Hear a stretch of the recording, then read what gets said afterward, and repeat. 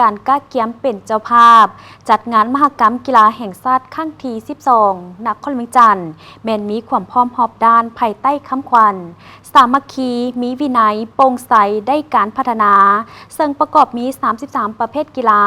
และ1กีฬาสาธิตรวม4รายการแข่งขันในวันที่ 12 ตุลา 2025 ท่านอาจสะพังท้องศรีพันดรเจ้าของนครเวียงจันทร์ประธานกรรมการจัดงานมหกรรมกีฬาแห่งชาติครั้งที่ 12 ได้แถลงข่าวเกี่ยวกับการก้าเกียมจัดงานมหกรรมกีฬาดังกล่าวว่างานมหกรรมกีฬาแห่งชาติครั้งที่ 12 หรือนครเวียงจันทร์เกม 2025 จัดขึ้นอย่างเป็นทางการในวันที่ 15 พฤศจิกายน 2025 ที่จะมาถึงนี้โดยได้กำหนดเอาสัญลักษณ์เป็นรูปพระธาตุหลวงและสัตว์นำโชคแม่นนกยุง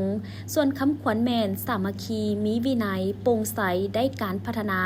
พร้อมกันนี้จะได้สืบต่อเปิดงานมหกรรมกีฬาคนพิการครั้งที่ 4 ซึ่งจะเปิดขึ้นในต้นเดือนธันวาคม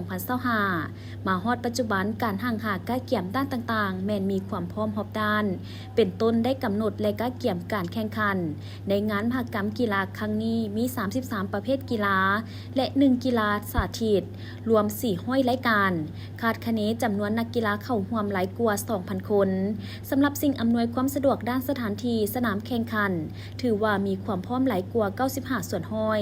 และจะกวดก้าความพร้อมรอบด้านอย่างครบถ้วนสมบูรณ์ในวันที่30 ตุลานี้แม่นสำเร็จ1ส่วนห้อยสำหรับด้านที่พักเพื่อหับต้อนครูฝึกและนักกีฬาที่เดินทางมาจาก17แขวงและนครหลวงเพื่อร่วมการแข่งขันรวมทั้งการจัดการที่พักสำหรับแขกถึกเชิญที่จะมาร่วมพิธีเปิดพิธีปิดงานครั้งนี้โดยอิงใส่เงื่อนไขจุดพิเศษสถานที่พักเซาในนครเวียงจันทร์แม้นมีโรงแรมเฮือนพักจำนวนหลายสามารถตอบสนองได้อย่างเพียงพอจะบ่ได้จัดสรรสถานที่การศึกษาให้นักกีฬาแต่ละแขวงพักเซาด้านเทคนิคระเบียบการแข่งขันประเภทกีฬาแข่งขันแม้นได้มีบรรดาคณะสหพันธ์กีฬาแต่ละประเภทขนคว้าและหับฮ้องรับประกันการแข่งขันมีความเสมอภาพสร้างโอกาสให้นักกีฬาได้แสดงความสามารถทั้งรับประกันให้การแข่งขันมีบรรยากาศมีน้ำใจนักกีฬา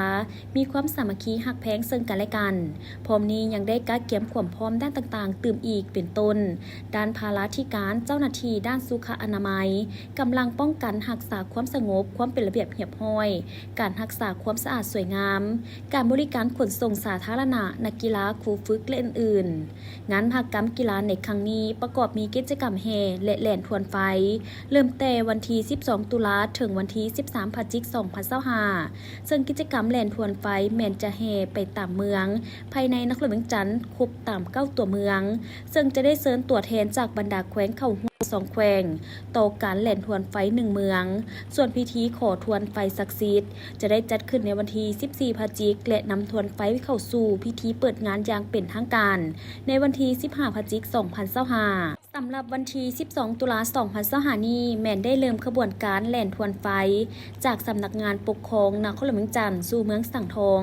ซึ่งเป็นเมืองเริ่มต้นขบวนแห่ทวนไฟโดยมีตัวแทนจากแขวงเวียงจันทร์และแขวงบริคำไซเข้าร่วมอย่างเป็นขบวนการฝดฟื้น